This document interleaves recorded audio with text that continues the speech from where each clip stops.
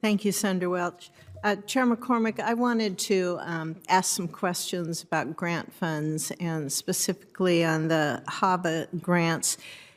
How do you oversee the reporting on the use of those funds? What reports, financial documents, does the EAC require of states? And what types of issues does the EAC look for in its review as you're going through the reports and documents? Thank you, Senator Fischer. The EAC requires completion of the federal financial reports and also progress reports no less than twice a year. This recent tranche of money that was provided to the states requires quarterly reports. So we require all states who have received grants to fill out those reports to us. Our grants team looks for incompletion on those reports. They look for possible increases or decreases in funding that seem odd. We also look for whether there are any uses of the money that are disallowed under HAVA. We look for insufficient information about what they're doing. So there's a number of issues, a checklist of issues that we look at. And we communicate those concerns to the jurisdiction. We give them a chance to update and correct their financial reports. But we also do follow up with them to make sure that the funds are being used appropriately. So when you find an issue there, and you went through a number of red flags that come up, and you contact them, how much follow-up does it take before you get an answer? Sometimes, and to try and rectify the problem. What's kind of the process there? Well, we start with an email, and we email the officials on the findings that we're concerned about. We give them a chance to respond to that. We follow up as much as we need to, and including in person if possible. We have had issues where that has not been possible, but that is, we continue to follow up as much as we need to, either through writing, through telephone calls.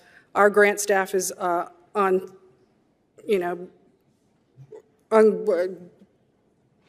basically they are there to help people work through those issues and fix any issues that may have come up. There was a report out from the IG. There were some issues in the Commonwealth, the Northern Mariana Islands, with their accounting and reporting on the grants. Did you learn any lessons from that? Is there something that could have helped prevent that situation? Yes, Senator. I think part of the problem was the Northern Mariana Islands had not been traditional recipients of HAVA grants. They had not been through the training and sort of the work that the other states had been through. I think it would have been helpful to have an in-person training with them. They're very new to this. They're also new election officials themselves. We did follow up with them numerous times in many different ways. Obviously, the pandemic precluded anybody from going out to visit the Northern Mariana Islands, but I believe that an in-person training and in-person guidance would have helped that situation. Do you see an issue there? In my opening statement, I talked about the retirements we're seeing of poll workers and retention issues that we have. How does that affect your job for oversight? I think this is a great example that you're going to have to do a lot of educating, maybe. Yes, this is where we do a lot of educating, and this is where all of our clearinghouse products have come into play. We've updated what we call the election management guidelines, which is basically a textbook for election officials on the basic issues that they need to know in election administration. We've got quick start guides. We've got numerous products to help the new election officials. As well, we are going out to as many state conferences as we can and talking to the new officials and trying to provide them with whatever information we can to help get them up to speed, because we will have somewhere between a third and a half of new election administrators coming up in 2024. Right.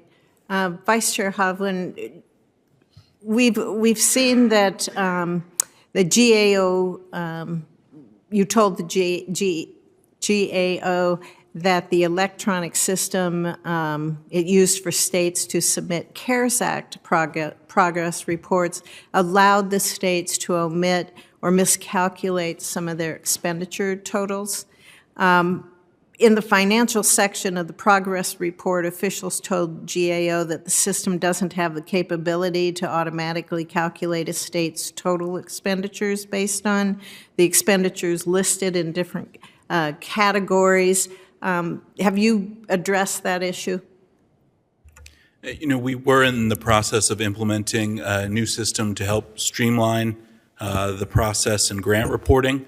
Of course, with any new system, there are bumps along the way, but we're reviewing all that, and certainly our grant staff can get back to you with any specifics or to your staff. Yeah, I'd appreciate that.